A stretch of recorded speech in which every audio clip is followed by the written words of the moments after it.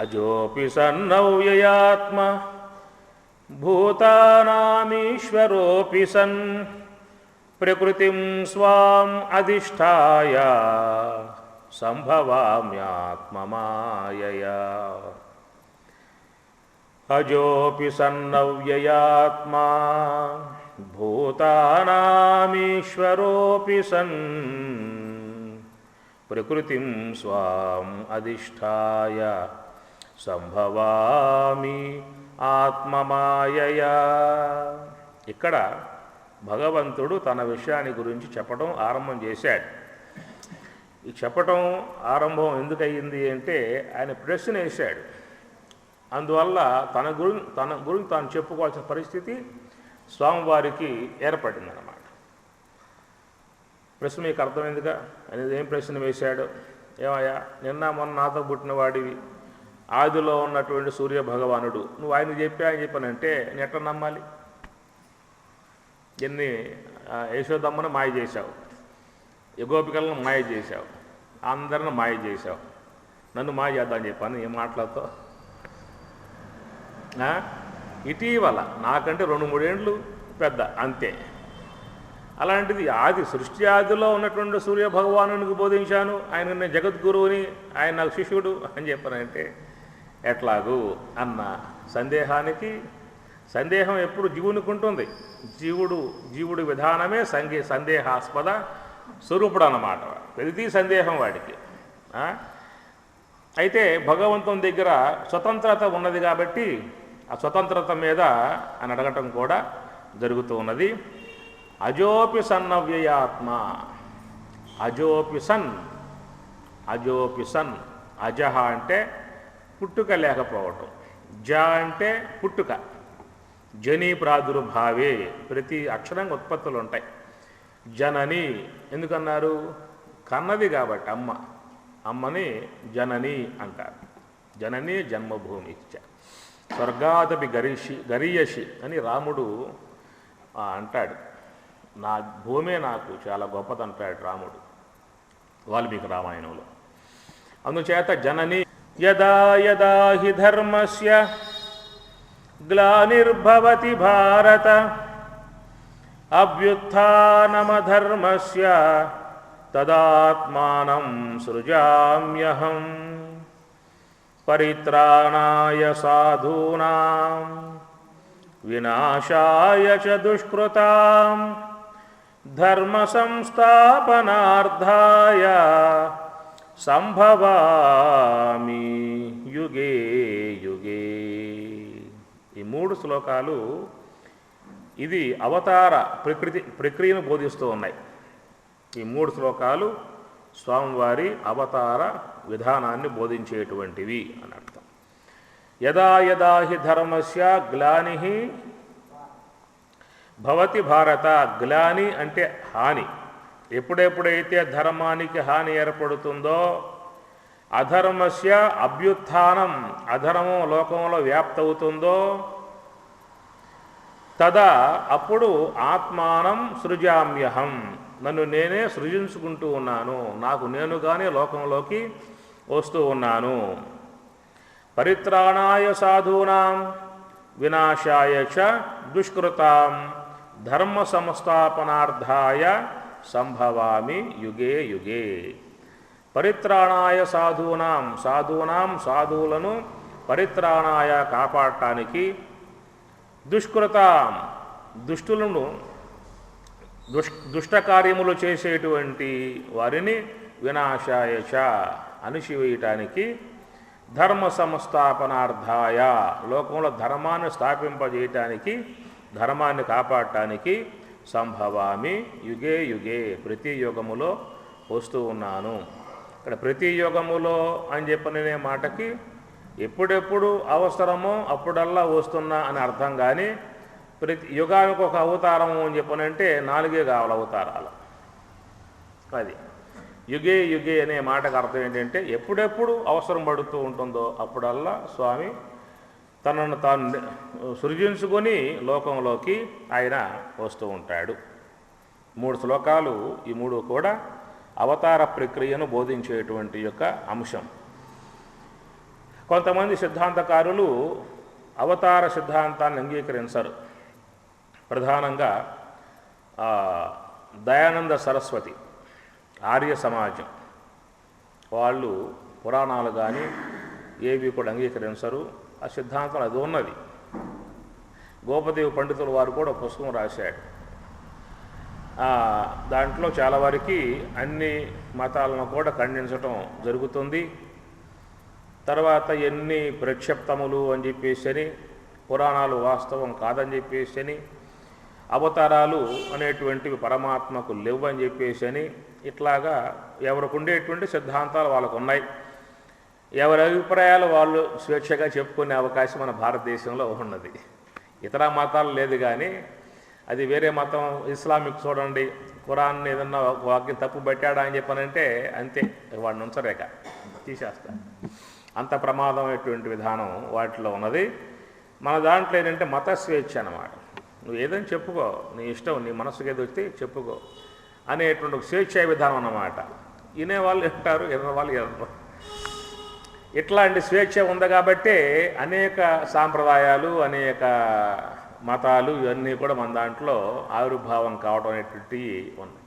ఇప్పుడు బ్రహ్మకుమారి ఉందనుకోండి, వాళ్ళు కూడా చెప్తారు దేవుడు సర్వాంతర్యామి కాదు, ఆయన జ్యోతిర్బిందు స్వరూపం, అనంతాకాశంలో జ్యోతిర్బిందువుగా ఉంటాడు, అంతటా ఉన్నాడనేటువంటి ఒక మాట వాస్తవం కాదు అని వాళ్ళు చెప్పేస్తారు. మనకి వేదశాస్త్రాలలో పరమాత్మ అంటే అఖండ స్వరూపుడు, అనంత వ్యాపక స్వరూపుడు, సర్వవ్యాపకుడు అని మనకి శాస్త్రాలు ముఖ్యంగా బోధిస్తూ ఉన్నాయి. వాళ్ళు భగవద్గీత కూడా అర్థం రాశారు. ఎక్కడెక్కడైతే వాళ్ళ సిద్ధాంతానికి భిన్నంగా ఉన్నాయో ఆ శ్లోకాలని తీసిపారేశారు. తమకు అనుకూలంగా ఉన్నటువంటి యొక్క శ్లోకాలకు మాత్రమే అర్థం రాసుకొచ్చారు. సామాన్యంగా ఒక సిద్ధాంతంలో ఉన్నటువంటి విధానమే అది చేస్తారు. ఇక సిద్ధాంతంలో పోయిన తర్వాత, సిద్ధాంతాన్ని కట్టుబడిన తర్వాత, అది వేదవాక్యం అయినా కావచ్చుగాక, దాన్ని తిప్పే ఉపయోగం ఉందో తిప్పుతారు, తిప్పే ఉపయోగం లేకపోతే తీసి పారేస్తారు. ఇట్లా ఉంటుంది. ఒక వైష్ణవ సిద్ధాంతం ఉందనుకోండి, రామానుజాచార్యుల వారిది అద్వైతం కాదు, విశిష్ట అద్వైతం అని చెప్పి అన్నారు. అద్వైతం వాళ్ళు ఒప్పుకోరు. జీవుడే బ్రహ్మము అంటే ఒప్పుకోరు. జీవుడే, బ్రహ్మం బ్రహ్మమే. మోక్షం పొందిన తర్వాత కూడా ఆ జీవుడు పరమాత్మ దగ్గర సాలోక్య, సామీప్య, సాయుజ్య, సారూప్యగా ఉంటాడే కానీ భగవంతుడు మాత్రం కాడు.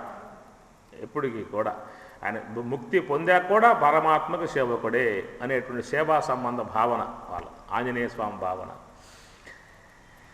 అయితే మరి తత్వమసి మహావాక్యాలు ఉన్నాయి, వేదవాక్యాలు అని చెప్పనంటే వాటిని తిప్పేసేసారు వాళ్ళు కొంతవరకు. మతానికి భిన్నంగా కాకుండా వాటి అనుకూలంగా తిప్పేసేసారు. తత్వమసి మహావాక్యం ఏంటంటే తత్వము ఆ పరమేశ్వరుడవు అనగా బ్రహ్మము, త్వం నీవు అసి అయి ఉన్నావు. ఇది మహావాక్యం, తత్వమసి మహావాక్యం. కనుక తత్ ఆ బ్రహ్మము, త్వం నీవు అసి అయి ఉన్నావు అని చెప్పనంటే మరి సిద్ధాంతం ఎగిరిపోతుంది ఇక్కడ. మరి సిద్ధాంతం ముఖ్యం, వాక్యం ముఖ్యం అంటే సిద్ధాంతం ముఖ్యం కదా.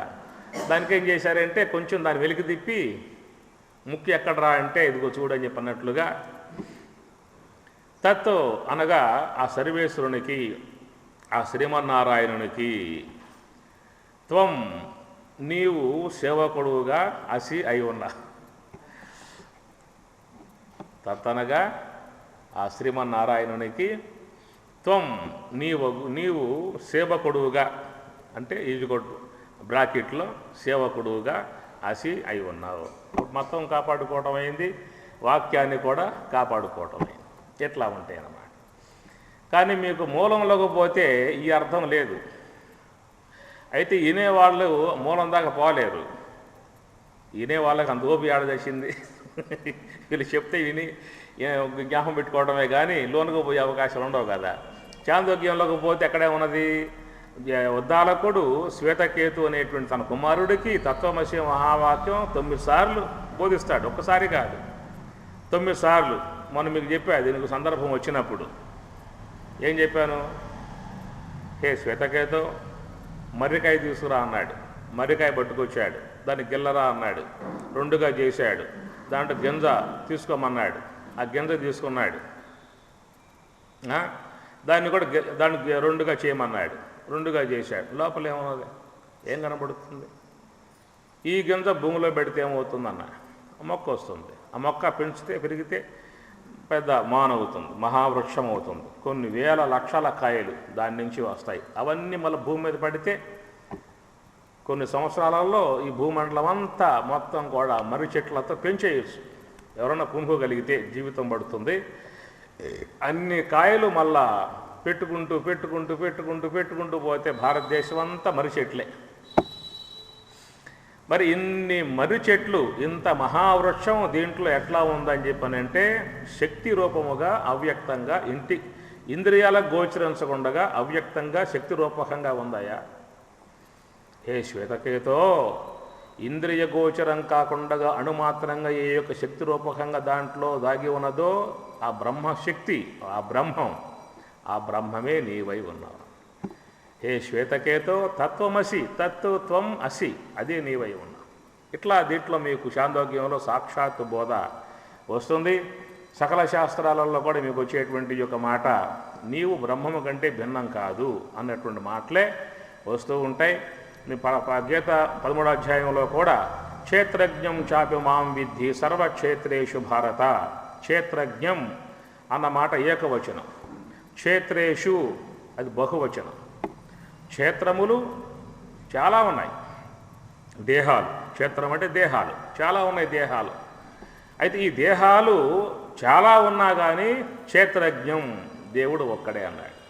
ఏకవచనం పరమాత్మ వాడతాడు. అంటే దేహాలు వేరుగా ఉన్నా లోన ఉన్న చైతన్యం మాత్రం ఒక్కటే, భగవంతుడు ఒక్కడే. ఆ భగవంతుడే ప్రత్యేగాత్మగా ప్రతి దేహములో ఉన్నాడు అనే మాట మీకు మాండవ్యం చెబుతుంది. 2వ మంత్రం అయం ఆత్మ బ్రహ్మ అంటుంది. సర్వం ఏతద్ బ్రహ్మ, సర్వం ఏతద్ బ్రహ్మ, అయం ఆత్మ బ్రహ్మ. అయం ఈ దేహములో ఉన్నటువంటి యొక్క ఆత్మయే బ్రహ్మము అని చెప్పని సాక్షాత్ బోధ మీకు మాండవ్యంలో 2వ మంత్రంలో బోధిస్తాడు. కాబట్టి మీకు శాస్త్రాల్లో పోయినట్లయితే నీవు ప్రత్యేగాత్మ కంటే భిన్నుడు కాదు, బ్రహ్మము కంటే భిన్నుడు కాదు అని చెప్పని బోధిస్తూ ఉన్నాయి.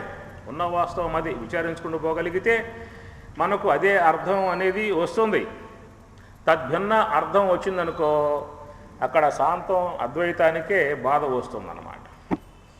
నువ్వు బ్రహ్మము కంటే భిన్నంరా అనే మాట వాడావనుకో అప్పుడేమవుతుంది చెప్పండి?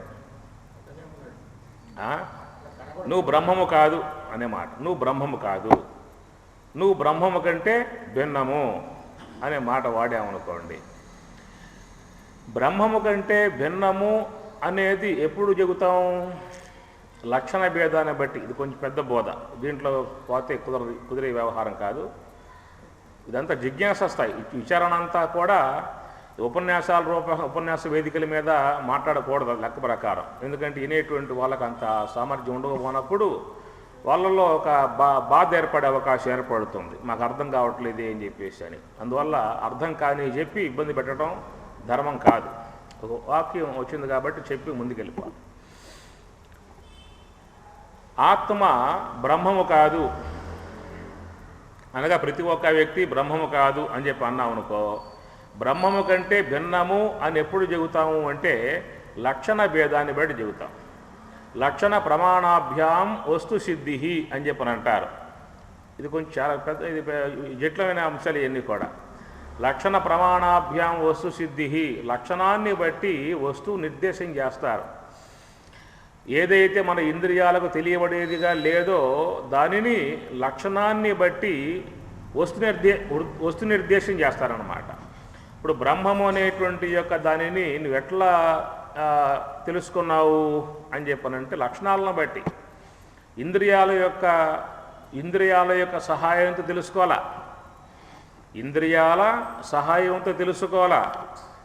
ఎట్లా బ్రహ్మం అనే విషయం తెలుసుకున్నావు అంటే లక్షణాలను బట్టి తెలుసుకున్నావు. ఏవా లక్షణాలు అని చెప్పనంటే తైత్రయం శాస్త్రం బోధించింది. సత్యం, జ్ఞానం, అనంతం, ఆనందం, ఇవి బ్రహ్మము యొక్క స్వరూపత లక్షణాలు. బ్రహ్మము కంటే భిన్నమయ్యింది ఆత్మ అని చెప్పి అన్నాం అనుకో, అడేం చెప్పాలి? బ్రహ్మములో ఏ యొక్క లక్షణాలు ఉన్నాయో వాటికంటే భిన్నం చేసి చూపించినప్పుడే ఈ బ్రహ్మము కాదనే అర్థం వస్తుంది అన్నమాట. బ్రహ్మం సత్యస్వరూపము, ఆత్మ అసత్యస్వరూపము. బ్రహ్మం ఆనంద స్వరూపము, ఆత్మ దుఃఖ స్వరూపము. బ్రహ్మం చైతన్య స్వరూపము, ఆత్మ జడ పదార్థము. బ్రహ్మం స్వప్రకాశకము, ఆత్మ అప్రకాశకం అన్నప్పుడే భిన్నమనే మాటకు అర్థం వస్తుంది. అది చైతన్యమే, ఇది చైతన్యమే, అది ఆనందమే, ఇది ఆనందమే, అది స్వప్రకాశమే, ఇది స్వప్రకాశం అని చెప్పాను అనుకో, సామ్యత లక్షణాలు ఉన్నప్పుడు ఇదే అది అంటాడు. ఒక గోవు ఉన్నది, పక్కన ఒక గాడిద లేక ఏనుగు ఉందనుకోండి, రెండు ఒకటేనా అని చెప్పనంటే కాదంటారు. ఎందుకు? గోవుకుండే లక్షణాలు గోవుకున్నాయి, ఏనుగుండే లక్షణాలు ఏనుక్కున్నాయి. అందువల్ల లక్షణ భేదం ఉంది కాబట్టి తొండము, పెద్ద పెద్ద చెవులు, 4 కాళ్ళు, పెద్ద పొట్ట, చిన్న తోక ఇవన్నీ ఉంటే ఏనుగు అవుతుంది. గోవుకు తొండం లేదు, మూతి ఉంటుంది, కొమ్ములు ఉంటాయి. దీని కొమ్ములు లేవు, దీని కొమ్ములు ఉన్నాయి, తోక ఉన్నది, 4 కాళ్ళు ఉన్నాయి. కాబట్టి ఏదో సంథింగ్ భేదం ఉండటం వల్ల ఇది అది కాదు అంటాం. ఎప్పుడైతే రెండింటి యందు ఒకే లక్షణం ఉన్నదో అప్పుడేమంటాం? ఇది గోవు, ఇది గోవే అంటాం. లక్షణ సామ్యతను బట్టి రెండు ఒకటే అంటాం. లక్షణ భేదాన్ని బట్టి ఇది వేరు అది వేరు అని చెప్పని అంటాం. కాబట్టి బ్రహ్మము వేరు ఆత్మ వేరు అని చెప్పి అన్నామంటే లక్షణ భేదం బోధించాలి. అక్కడ బోధించామనుకో అది అనాత్మ వస్తువు అయిపోతుంది, ఆత్మ నశ్వర వస్తువు అయిపోతుంది, జడ వస్తువు అయిపోతుంది. ఇలాంటివన్నీ మనకి అద్వైత విధానాల్లో పోయినప్పుడు కొంచెం వాదోపవాదాలు, ఈ చర్చనీయాంశాలు దాంట్లో ఉంటాయి. ఇక్కడ మనకు అంతా గొడవ రావసరికి మనకు అవసరం లేదు. కాబట్టి మనం ఏం చెప్పుకుంటున్నామంటే పరమాత్మ మరి ఆ మాయ ఉపాధి కలిగి ఆయన ఈ లోకంలో ధర్మానికి హాని ఏర్పడ్డప్పుడు ఆ పరమాత్మ ధర్మ రక్షణ కోసంగా లోకంలోకి వస్తూ ఉన్నాడు అనే మాట ఇక్కడ స్వామి చెబుతున్నటువంటి యొక్క మాట. దీనిని అవతార ప్రకరణము అని చెప్పని అంటారు, అవతార సిద్ధాంతము అని చెప్పని అంటారు. అవతారానికి జన్మకు ఉన్న తేడా ఏమిటి? మంది అవతారం అందామా జన్మ అందామా? అవతారం అని చెప్పి అనుకుంటే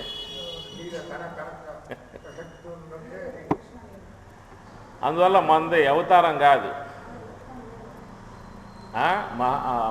భగవంతునిది అవతారం.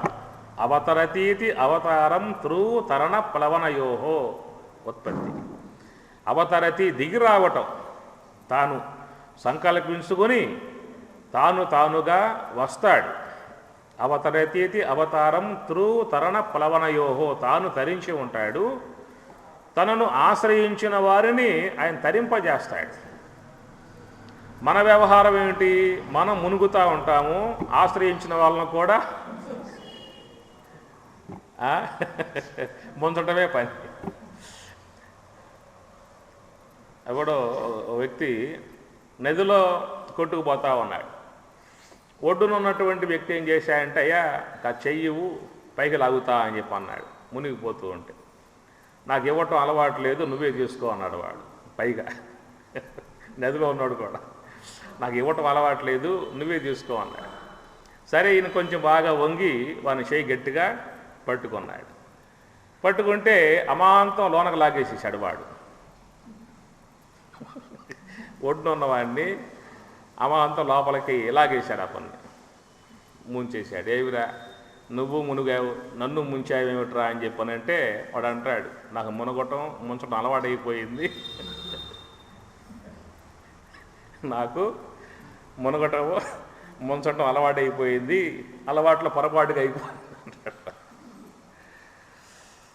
అవతరతీతి అవతారం త్రూ తరణ ప్లవనయోహో, తాము తరించి ఉంటారు, లోకాలను తరింపజేసే విధానంగా పరమాత్మ యొక్క అవతారం అని చెప్పేసి అని.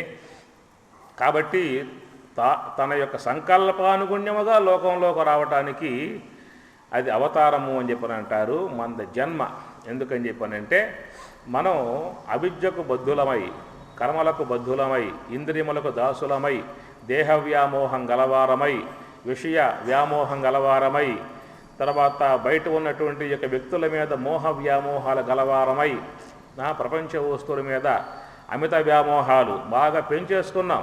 ప్రపంచ వస్తువులకు మనకి ఇలాంటి సంబంధం లేదు అసలు. అవన్నీ పరమాత్మ యొక్క లీలా విలాస వస్తువులు అవన్నీ కూడా అట్లా కనబడతాయి, పోతా ఉంటాయి. నీకు సంబంధం లేని వ్యవహారం, నువ్వు చూస్తే చూడు, వింటే విను, తింటే తిను, అది నీ వ్యవహారం అంతవరకే.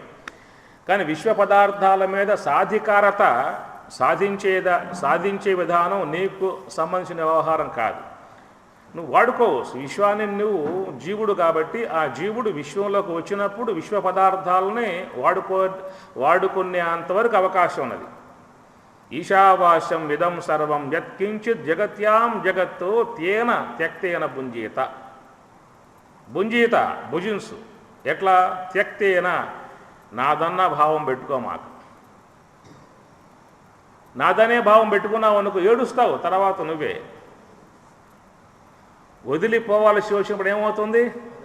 ఏడుస్తాడు. ఒకవేళ అవి వదిలిపెట్టిపోయినా అప్పుడు ఏడుస్తాడు. వదిలిపెట్టి పోవాల్సి వచ్చినా అప్పుడు ఏడుస్తాడు. ఈయన ఉండగా అవన్నా వదిలిపెట్టిపోయేవి ఉంటాయి, అవి ఉండగా తనైనా వదిలిపెట్టిపోవాల్సిన పరిస్థితి ఏర్పడుతుంది. ఆనాడు ఏమవుతుందని చెప్పనంటే శోకమోహాలతో ఉండటం వల్ల దుఃఖాలకి గురి కావాల్సి వస్తుందన్నమాట. ఇవన్నీ కూడా కేవలం పరమాత్మ యొక్క సొత్తు. నాకు ఇలాంటి యొక్క సంబంధం లేదు. నేను ఆయన పంపగా వచ్చాను, నేను నిమిత్త మాత్రంగా విశ్వంలో ఉన్నాను, ఆయన యొక్క దాసుడినే ఉన్నాను, సేవకుడినే ఉన్నాను, ఏదో భావనగా భక్తి భావన లేదు. నేను పరమాత్మనై ఉన్నాను, బ్రహ్మమునై ఉన్నాను అనే సర్వాత్మ భావన, బ్రహ్మజ్ఞాన భావన. నీకు ఏదన్నా ఇబ్బంది లేదు. అటు భక్తి భావమన్నా ఇబ్బంది లేదు, ఇటు జ్ఞానభావమన్నా ఇబ్బంది లేదు. మోహభావంతో ఉన్నావా అంటే ఏమవుతుంది? ఏడవాల్సి వస్తుంది అంతే, ఇంకేం లేదు. ఎంత ఏడిచినా ఆయనేం కనికరించడు. అరే వాడు ఏడుస్తూ ఉన్నాడే అని కనికరించడు, వదిలిపెట్టి వెళ్ళిపోవాల్సిందే. ఏం నిర్దాక్షిణ్యం అక్కడ, ఇంకేం లేదు. అక్కడ వాడు ఏడుస్తున్నాడు రా, అది ఇల్లేదు వాడికి ఇచ్చేస్తే పట్టుకుపోతాడు పైకి. ఇస్తాడా? వాడు ఎంతకాలం వాడు కష్టపడి డబ్బు అంతా దాచుకున్నాడు, పెట్టెలో పెట్టుకున్నాడు, బ్యాంకులో పెట్టుకున్నాడు. ఆ డబ్బు ఇచ్చేస్తే పోతున్న పని తీసుకుపోతాడు మొత్తం. ఏడ తీసుకుపోతా? ఆడు నీకు అవసరం ఆ డబ్బు ఏమన్నా? ఆ డబ్బుతో అక్కడ నీకు అవసరం నడుస్తాయా? పట్టుకుపోయేట్లయితే నువ్వు సంపాదించుకున్న ఈ డబ్బు ఈ భూగడ్డ దాటావనుకో, అమెరికా పోయావనుకో, ఆడకు పట్టుకుపోతే ఈ డబ్బు అక్కడ పనికిరాదు. అయితే ఆ డబ్బును నువ్వు డాలర్లుగా మార్చుకుంటే అక్కడ నువ్వు వాటిలను ఖర్చు చేసుకోవచ్చు. అట్లా ఇక్కడ కూడా సంస్కారవంతుడవై ఈ డబ్బుని పుణ్యరూపకంగా మార్చుకుంటే నువ్వు ఆ డబ్బు ఖర్చు పెట్టుకోవచ్చు. పై లోకాలకు పోయిన తర్వాత పుణ్యంగా మార్చుకో. అమెరికా పోతేనేమో డాలర్లుగా మార్చుకో, అటుపోతే పుణ్యంగా మార్చుకో. ఇది పట్టుకుపోతా అంటే అక్కడ కుదిరే వ్యవహారం కాదు. కాబట్టి ఈశావాస్యం 108 ఉపనిషత్తులలో మొదటి ఉపనిషత్తు ఈశావాస్య ఉపనిషత్తు. చాలా గొప్ప మంత్రాలు. భగవద్గీత 18 అధ్యాయాల్లాగా ఈశావాస్యం 18 మంత్రాలు ఉన్నాయి. 18 మంత్రాలు ఈశావాస్యం. భగవద్గీత 18 అధ్యాయాలు. ఒక్కొక్క మంత్రం ఒక్కొక్క అధ్యాయంలాగా ఉంటుంది ఈశావాస్యం. ఆయన ఒకటే మాట చెప్పాడు, తేన త్యక్తేన భుంజీత. అనుభవించు. ఆయన తినొద్దని చెప్పి అంటంలా, చూడొద్దని చెప్పి అంటలా. చూడు నీ ఓపిక, తిను నీ ఓపిక, విను నీ ఓపిక. నీకు ఇంద్రియాలు ఉన్నాయి, విషయాలు ఉన్నాయి అన్నమాట. ఇప్పుడు పెద్ద అండ అంత అన్నం వండి పెడతా, తింటారా? ఎంత తింటా? చాలు అంటావు. ఇంత అన్నం పెట్టగానే అయ్యా సార్ నేను నిన్ను పట్టునేను సార్ అంతే. ఉన్నది కదా అని చెప్పేసి తిందామని చెప్పనుకున్నా లోన పట్టే అవకాశాలు లేవు. అందుచేత తేన త్యక్తేన భుంజీత. అనుభవించు విశ్వ పదార్థాలని. కానీ నాదనేటువంటి మమకార భావాలు పెట్టుకోమాక. పెట్టుకుంటే నువ్వు తర్వాత ఏమవుతుంది? ఏడవాల్సి వస్తుంది, దుఃఖం పొందాల్సి వస్తుంది. మరణ సమయంలో అవే తలంచి దేహాన్ని వదిలిపెడితే మళ్ళీ ఏదో అయి పుట్టాల్సి వస్తుంది. అదే మరణ సమయంలో అంత్యకాలేచ మాం ఏవ స్మరణ ముక్త్వా కలేవరం. అంత్యకాలేచ మరణకాలంలో ధ్యానంలో ఉండు, మరణకాలంలో జపంలో ఉండు. ఎటుంటాం? విశ్వ పదార్థాల మీద మోహభావాలు పెంచుకున్న తర్వాత ఆ మోహ సంబంధ భావాలని గుర్తొస్తాయే కానీ ఇదాన్ని గుర్తొస్తుంది. వాళ్ళు చెప్పే మాట కూడా తత్వవేత్తలు, ఇవేవి నీకు సంబంధించినవి కావు, ఇవన్నీ కూడా కాలంచే కల్పింపబడ్డాయి, ఇది ఈశ్వర కార్యం, మాయా కార్యం. అలాంటి వస్తువుల్లో వచ్చి నువ్వు పడ్డావు, ఆ వస్తువులు విలాసవంతంగా చూడు, నాదనే మమకారం పెట్టుకోమాక, మోహాన్ని పెట్టుకోమాక అని చెప్పేసి అని అది ప్రధానంగా శాస్త్రం మహాత్ములు చెప్పేటువంటి మాట. అందుచేత ఈ జీవుడు అని చెప్పనంటే ఎలా ఉన్నాడు అని చెప్పనంటే, ఇక్కడ ఈ దేహ సంబంధ మోహాలలో, ఇంద్రియ సంబంధ మోహాలలో, విషయ సంబంధ మోహాలలో, ప్రాపంచిక వస్తువులేక సంబంధ మోహాలలో అన్నింటికీ కూడా మోహాలకు చుట్టేసుకుని మోహాలతో గురైపోయి ఈ దేహం సాధిస్తూ ఉన్నాడు. తిరిగి మరలా ఆ మోహాలకు లోనై ఏ కార్యాలైతే చేశాడో ఆ కార్యముల యొక్క సంబంధ కర్మలకు బద్ధుడై ఆ కర్మలు మళ్ళా లాక్కు వస్తూ ఉంటే లాక్కు రాబడి ఈ విశ్వంలో ఉపాధులలో పడుతూ ఉన్నాడు. వీడికై వీడు రావటం వల్ల అవి లాక్కు వస్తున్నాయి. ఆ విధమైనటువంటి కర్మలు మనం చేసామన్నమాట. అందుచేత అస్వతంత్రులమై అవిద్యకు, ఇంద్రియాలకు, కర్మవాసనలకు అస్వతంత్రులమై లాగబడుతూ ఉన్నాం. కాబట్టి దీన్ని జన్మ అన్నారు. మనం దేహం దాలిస్తే జన్మ అంటారు. ఆయన ఒకవేళ దేహం దాలిస్తే అవతారము అని చెప్పని అంటారు. అందుచేత అవతారము అంటే విజయం చేయటం. ఇప్పుడు చూడండి, మీ ఇంట్లో మీ సతీమణి ఉంటుంది, ఆ రోజు బర్త్డే, పుట్టినరోజు, మీరు మీ ప్రేమతో చాక్లెట్లు తీసుకొని తెలిసిన వాళ్ళకి అవన్నీ కూడా పంచుతారు. ఏమిటయ్యా అంటే ఈ పూట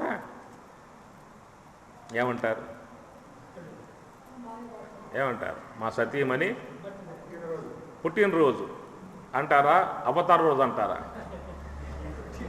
మా సతీమణి అవతారం రోజు. అవతారం చెప్పరుగా మాట. అది ఒక రకంగా పుట్టుక యొక్క సందర్భ విధానమే అయినా ఆ పదం వాడరు. మా ఆవిడ బర్త్డే లేదా పుట్టినరోజు, మా భర్త గారి పుట్టినరోజు, మా బాబు పుట్టినరోజు, మా పాప పుట్టినరోజు, బర్త్డే పుట్టినరోజు. అంతేగాని మా భర్త గారు అవతారం రోజు అన్న పదం, ఆ పదం ఉన్నత పదం. అది ఏమి మహాత్ములు మన ఇంటికి వస్తే విజయం చేశారు అంటాం. వచ్చారని చెప్పనే పదం వాడకూడదు.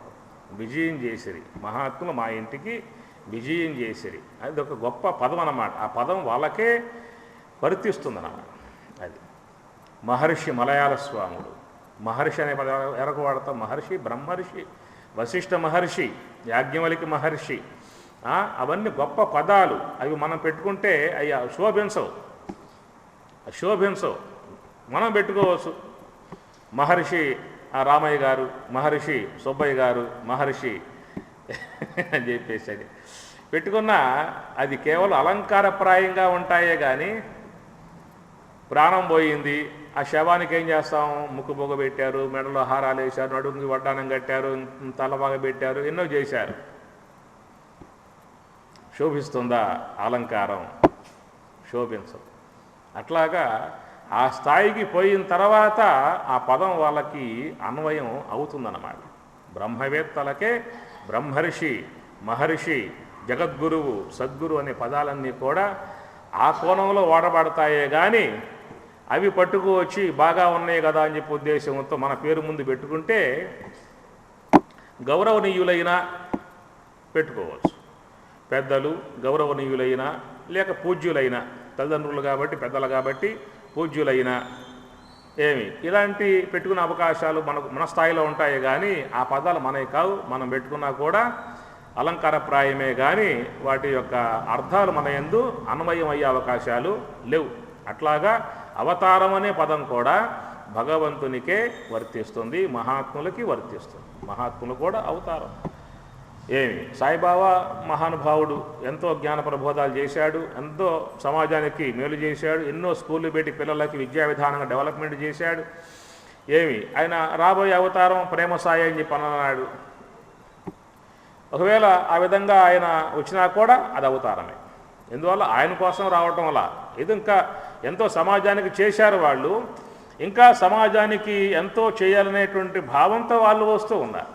స్వామి ఏమన్నాడు? ధర్మ సంస్థాపనార్థాయ సంభవామి వస్తున్నా అని చెప్పి అన్నాడు. నేను దేనికోసం వస్తున్నాను? సాధువులను కాపాడటానికి, దుష్టులను శిక్షించడానికి, ధర్మాన్ని స్థాపించడానికి వస్తున్నానని ఎట్లా స్వామి చెప్పారో అట్లా లోకంలో మహాత్ములు కూడా వారు సమాజం కోసంగా జీవిస్తారు, సమాజం కోసంగా పాటుపడతారు, సమాజ ఉద్ధరణ కోసంగా వాళ్ళకు ఉన్నటువంటి శక్తులన్నీ కూడా వినియోగిస్తారు. చేసిన తర్వాత తృప్తి చాలక ఇంకా మనం చేయాల్సిన కార్యం ఉన్నదే అనే భావంతో వాళ్ళు మళ్ళా వస్తా అనే భావన వాళ్ళు చేస్తూ ఉన్నారు. వివేకానంద స్వామి అంటారు, ఈ యొక్క విశ్వంలో శునక పర్యంతం మోక్షం పొందేదాకా నేను లోకంలోకి వస్తానని చెప్పి. వివేకానంద స్వామి ఆయన వాల్యూమ్స్ ఎంత బాగుంటాయండి. వివేకానంద స్వామి లిటరేచర్ అద్భుతమైనటువంటి యొక్క ఉత్తేజం పరిచేటువంటి యొక్క రచనలు అద్భుతంగా రాశాడన్నమాట. ఇట్లాగా మహాత్ములంతా కూడా లోకం కోసంగా పాటుపడ్డారు. మరలా వస్తాం లోకంలోకి దైవ కార్యము అనే భావంతో వాళ్ళు వెళ్ళారు. ఒకవేళ వచ్చినా కూడా సంకల్పం ఉంది కాబట్టి వస్తారు. అట్లా వస్తే దాన్ని మనం అవతారము అని చెప్పినారు. అయితే భగవంతుడు నేరుగా ఒక్కసారిగా రాడు. ఎప్పుడైతే మితిమీరిపోయిన వ్యవహారం అయిపోతుందో అప్పుడు వస్తాడు. మీకు ఆసుపత్రిలో ఉందనుకోండి, ఆసుపత్రి మరి ఎంతమంది పోతూ ఉంటారు, చిన్న చిన్న గాయాలే ఉంటాయి. ఆ కంపౌండర్లే కట్టేస్తారు. డాక్టర్ పెద్దగా అవసరంలా, డాక్టర్ యొక్క అవసరం లేకుండానే ఈ కంపౌండర్లే కట్టేయటం, ఇంజక్షన్లు చేయటం, ఇంకేదన్నా జ్వరం ఉందో లేదో థర్మామీటర్ వేసి చూస్తాం, ఇవన్నీ కూడా వాళ్ళు చేస్తారన్నమాట. ఎప్పుడు డాక్టర్ యొక్క అవసరం అని చెప్పానంటే ఈ కొయ్యటం కొట్టడాలు ఉంటాయి కదా, అలాంటి పెద్ద పెద్దవి ఉన్నప్పుడు డాక్టర్లు పని పడుతుంది. ఆ కార్యం వాళ్ళు చేయాల్సిందే. ఈ కొయ్యటాలు కొట్టడాలు ఈ చిన్న వాళ్ళు చేస్తే పేషెంట్ బతికే అవకాశాలు ఉండవు. అది వాళ్ళ కార్యం అన్నమాట. అట్లాగా లోకంలో ధర్మాన్ని కాపాడటానికి వీళ్ళెవరికి చేసే విధానాలలో పరమాత్మ యొక్క కాంపౌండర్లు ఎవరంటే మహాత్ములంతా. వీళ్ళ డ్యూటీ ఏమిటని చెప్పానంటే చిన్న చిన్న విధానాలుగా ధర్మం కాపాడటానికి, బ్రహ్మ విద్యను లోకంలో వ్యాప్తి చేయటానికి ఈ మహాత్ములంతా కూడా ఆ కోవలో స్వామివారి కార్యాన్ని నిర్వర్తిస్తూ ఉంటారు. ఎప్పుడైతే వీళ్ళకు కూడా అలివి కాని విధానంగా పెరిగిపోయింది అనుకోండి, అప్పుడిక ఆయన గారే లోకంలోకి వస్తాడు. ఆ రావటాన్ని అవతారము అని చెప్పినన్నాం. ఈ అవతారాలు చాలా ఉన్నాయి స్వామివారి. వాటిలో ముఖ్యంగా ఉన్న అవతారాలు రామకృష్ణ అవతారాలు. ఎక్కువ కాలం సమాజంలో ఉండి మరి చాలా కాలం భూమి మీద వాళ్ళ పాదాలు మోపి సంచరించారు. విశేషంగా ఈనాడు సమాజానికి ఈ 2 అవతారాలు ఆదర్శప్రాయంగా ఉన్నాయి. రామావతారము, కృష్ణావతారము, ఈ 2 కూడా సమాజానికి, మానవ సముదాయానికి ఆదర్శప్రాయం అన్నమాట. ఎందుకంటే మనకు 2 మార్గాలు ఉన్నాయి. ఒకటి ప్రవృత్తి మార్గం, రెండవది నివృత్తి మార్గం. అది ప్రధానంగా మనిషి నివృత్తి మార్గము అనేది వ్యక్తిగతం, ప్రవృత్తి మార్గము అనేది సమాజగతం. వ్యక్తిగతమై ఉన్నటువంటి నివృత్తి మార్గం తాను చేయవచ్చు, చేయకపోవచ్చు, అది వాడిష్టం. చేస్తే మోక్షానికి పోతాడు, చేయకపోతే అట్లాగే ఉంటాడు. కానీ ప్రవృత్తి మార్గంలో ధర్మం అందరూ పాటించాల్సి ఉంటుంది. నివృత్తి మార్గం అనబడేటువంటిది చేసినా చేయకపోయినా అది వ్యక్తిగతం కాబట్టి అది వాడిష్టం ఏమి. కానీ ప్రవృత్తి మార్గమై ఉన్నదే సామాజిక ధార్మిక మార్గం, ఇది లోకంలో అందరూ కూడా పాటించాల్సి ఉంటుంది. ఆ ధర్మం సమాజంలో ఉన్నప్పుడే అందరూ కూడా సుఖశాంతులతో జీవించే అవకాశం ఏర్పడుతుంది. ఆ ధర్మం తప్పి ప్రవర్తించినట్లయితే సమాజం అంతా కూడా అల్లకల్లోలమైపోతుంది, సుఖశాంతులతో జీవించే అవకాశము ఉండదు.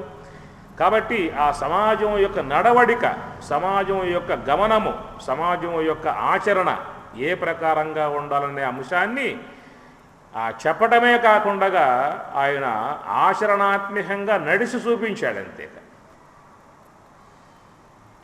అయితే నివృత్తి మార్గం అనేటువంటిది నడవటం ఒక పక్షం అయితే ఆయన చెప్పాల్సి వచ్చింది భగవద్గీత రూపకంగా.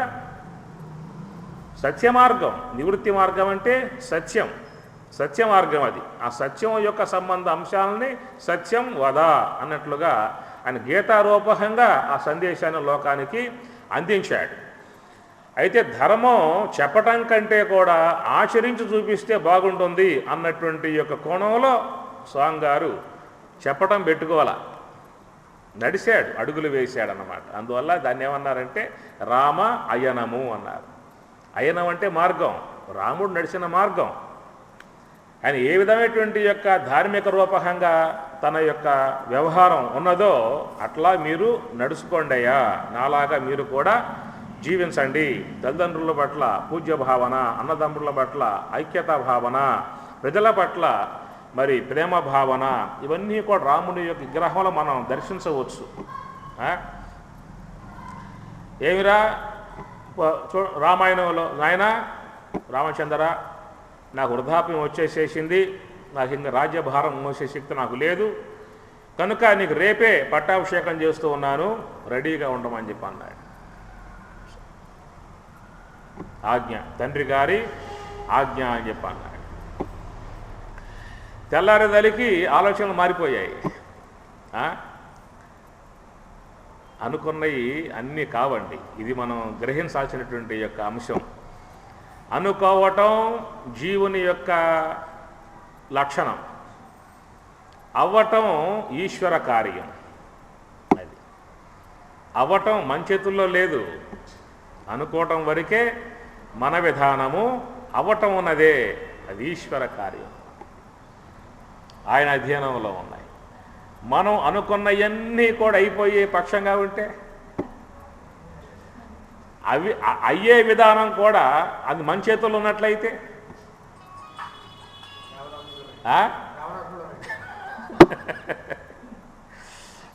అందుచేత ఏది ఎట్లా కావాలో అట్లా అయ్యే విధానం ఈశ్వర అధ్యయనం, అది కాలానుగుణ్యంగా ఆ క్రియలు వస్తూ ఉంటాయి, జరిగిపోతూ ఉంటాయి. అంతే.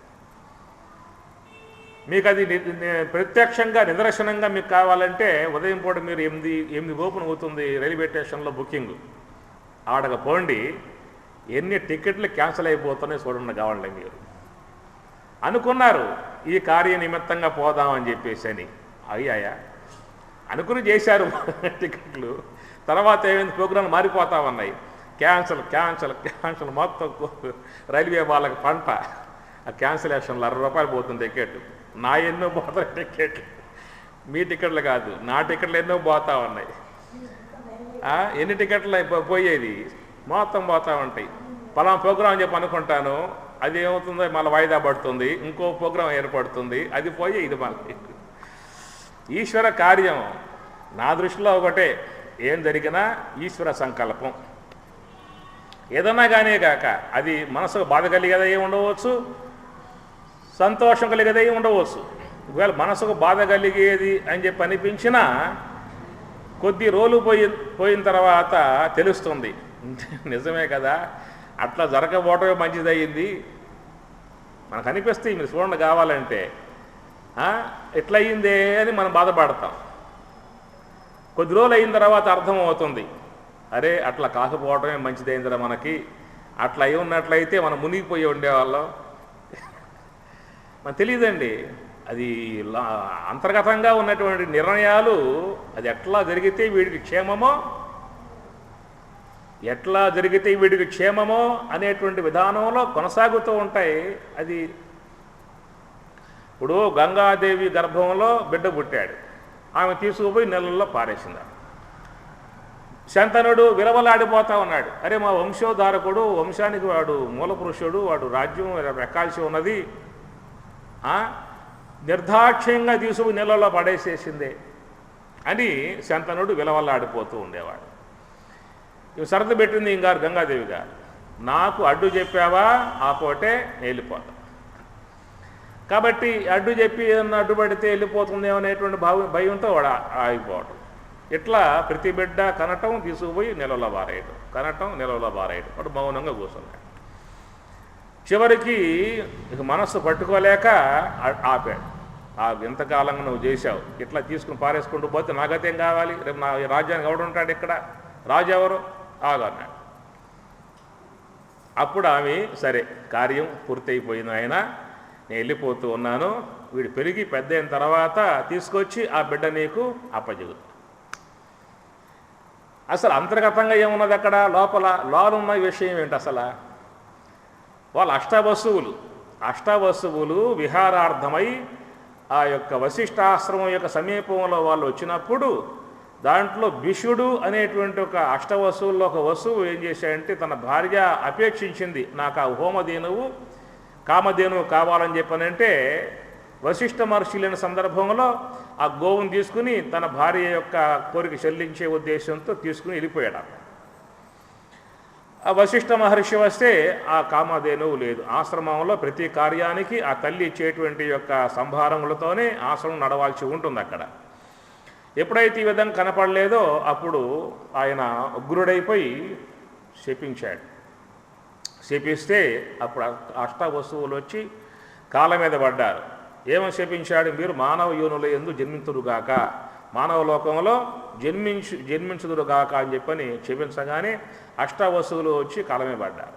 అయ్యా మన్నించవలసింది, ఆ తప్పు మేము ఎవరూ చేయలేదు, చేసిన వాడు ఇదిగో వీడు, వాడు చేసిన దానికి మాకు శిక్ష వేస్తే ఎట్లా స్వామి అని చెప్పని అంటే అప్పుడు సరే నా శాపం అమోఘం కాబట్టి మీరు పుట్టగానే అసువులు బాసి మళ్ళా మీ లోకాలకు వెళ్ళిపోతారు. ఎవరైతే నా యొక్క కామధేనువును అపహరించాడో, ఆశ్రమ సొత్తును అపహరించాడో, గురు సొత్తును అపహరించాడో వీడు మాత్రం ఆ లోకంలో చాలా కాలం పాటు ఉంటాడు. మీరు మాత్రం ఎమ్మటే దేహం ధరించడంతోనే దేహం వదిలిపెట్టి మళ్ళీ మీ లోకాలకు వెళ్ళిపోతారా అని చెప్పని అన్నాడు.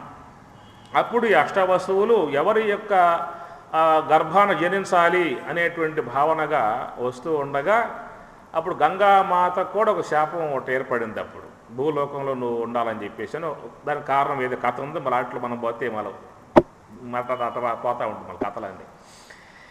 సరే ఆమె గారు భూలోకానికి వస్తూ ఉంటే అప్పుడు గంగామాతని వెళ్ళి ప్రార్థించారు. అమ్మ మేము ఈ ప్రకారంగా భూలోకంలో పుట్టాల్సిన పరిస్థితి ఏర్పడింది కాబట్టి ఇతర కాంతల గర్భాల్లో మేము పుట్టలేము, మాకు అది భరించలేటువంటి విధానము, నీ గర్భంలో జనిస్తామమ్మా అని చెప్పనంటే అప్పుడు ఆ విషయం చెప్పినప్పుడు గంగామాత ఆ విధంగా వాళ్ళ కోరికను మన్నించి ఆమె గర్భం ధరించి ఆమె బిడ్డల్ని వదిలిపెట్టేయటం చేసుకుంటూ వస్తుంది. అయితే చూసే చంతనునికి ఏమైపోయింది, ఎట్లా చంపుతుంది, ఎందువల్ల వాడు ఉన్నటువంటి పరిస్థితి వేరు, వెనకాల ఉన్న కథలో తెలియదు కదా. సామాన్య మానవుడే ఉన్నటువంటి యొక్క జీవునికి ఈ పొర ఈ తెర వెనకాల కొన్ని ఉన్నాయే అవి వీడు తెలియదు అన్నమాట. తన అనుభవంలోకి వచ్చేవి మాత్రమే అనుకునే విధానం ఉంటుంది. అట్లాగా గంగాదేవి అంటే దివ్యమూర్తి కాబట్టి ఆమె తెలుసు కనుక ఆ పని చేసిందన్నమాట. ఆ కోణంలో మనకు మన జీవితంలో కూడా ఎట్లా జరగాల్సి ఉన్నదో, ఏ విధంగా జరగాల్సి ఉన్నదో, ఏ యొక్క నిమిత్తంగా జరగాల్సి ఉన్నదో అనే కథలన్నీ వెనకాల ఉన్నాయి. మనకు తెలిసేది ఏమిటంటే మనం తెర యువతలో ఉన్నాం కాబట్టి మనం చూసినప్పుడు మనకేమవుతుంది, మనసు అనేది కదిలిపోతూ ఉంటుంది, అక్కడ ఊగిపోతూ ఉంటాం. కాబట్టి ఈ అవటం అనేటువంటివన్నీ కూడా అవటం ఈశ్వర కార్యమే, అనుకోవటమే జీవుని కార్యము. అనుకున్నవన్నీ కూడా కావు. ఏవైతే మీరు జరిగేవిగా ఉంటాయో అవి మాత్రం పరమేశ్వరుని యొక్క ఆజ్ఞానుగుణ్యంగా జరుగుతూ ఉంటాయి. కాగల పనులెల్ల కాకెట్లు పోవును, కాని పనులు కానే కావు భువిని, మహిమ వేరెగలదు మన తోడనున్నదా విశ్వదాభిరామ వినురవేమ. కాగల పనులెల్ల కాకెట్లు పోవును, కాని పనులు కాని కావు భువిని, మహిమ వేరెగలదు మన తోడనున్నదా అంటాడు వేమన. ఒక మాటలో చెప్పేసేసాడు. నువ్వు అనుకో కానీ అవ్వలేదు అని బాధపడమాక. అనుకోవటమే నా వంతు అని అనుకో. మళ్ళా అనుకున్న తర్వాత కూడా అనుకోవటమే నా వంతు చెప్పి అనుకో. అవటం అన్నదే అది ఈశ్వరుని యొక్క సంకల్పం, ఈశ్వర ఆజ్ఞ. ఏవైతే అవుతూ ఉన్నాయో అవి నీవు నీ యొక్క జీవితంలో ఈశ్వర ప్రసాదముగా స్వీకరించు. అది నీకు ఇష్టం కాందై ఉండవచ్చు, నీకు ఇష్టమైందై ఉండవచ్చు, అయినా అది ఈశ్వరుని యొక్క ప్రసాదము అనుకున్నావు అంటే నువ్వు బాధపడేటువంటి పరిస్థితి నీకు రాదు. ఎందువల్ల ఆయన నిర్మాణం చేశాడయ్యా వస్తువుల్ని, ఉంచుతాడో తీసుకుపోతాడో నీకెందుకు, ఉంచుతాడో తీసుకువెళతాడో, ఏ ఏ జీవికి ఎంత సమయం అనేది ఉంటుందో ఆయన నిర్ణయం. ఆ నిర్ణయానుగుణంగా ఆ వస్తువులు ఆ వ్యక్తులు ఉంటారు, వెళ్ళిపోతుంటారు. నువ్వు నిర్మాణం చేయలా, ఆయన సంకల్పాత్మకంగా ఈ ఉపాధి కానీ ఆ ఉపాధి కానీ ఏ అయినా నిర్మాణం అంతా కూడా ఆయన దాంట్లో భాగాలే ఉండొచ్చు. ఇప్పుడు పిల్లలు బొమ్మలతో చేస్తారు, ఏదో ఆటలు ఆడుకుంటూ ఉంటారు. ఆట అయిపోయిన తర్వాత మొత్తం ఇరగొట్టి పారేస్తారు, దాన్ని చీనేస్తారు, ఏవో చేసేస్తారు. ఎందువల్ల నిర్మాణం చేసుకున్న వాళ్ళు, దాంతో ఆడుకున్నది వాళ్ళు, తీసేసుకున్నది వాళ్ళు. అదొక కార్యం ఆయనకి. ఈ విశ్వ పదార్థాలను నిర్మాణం చేయటం కానీ ఉండటం కానీ తీసేయటం కానీ అది ఆయన కార్యం. మనం ఏంటంటే ఆ కార్య పదార్థాల మీద మనకు ఒక లేనటువంటి ఒకనొక భావాలని చొప్పించుకున్నాం కాబట్టి వేదన పొందటం లాంటి విధానాలుగా వస్తూ ఉంటాం. వాళ్ళు చెప్పేది ఒకటే, నువ్వు నా కార్యం నువ్వు వేలు పెట్టమాక, నా కార్యంలో నువ్వు వేలు పెట్టమాక, నీ కార్యం ఏదో నువ్వెందుకు వచ్చావో, ఏం చేసుకొని వచ్చావో, నీ యొక్క శ్రేయస్సుకి, నీ యొక్క మోక్షం వరకు మాత్రమే నువ్వు చూసుకో. నా కార్యం వేలు పెట్టావు అంటే క్షేమ కొడితే మళ్ళీ బాధపడాల్సింది నువ్వే.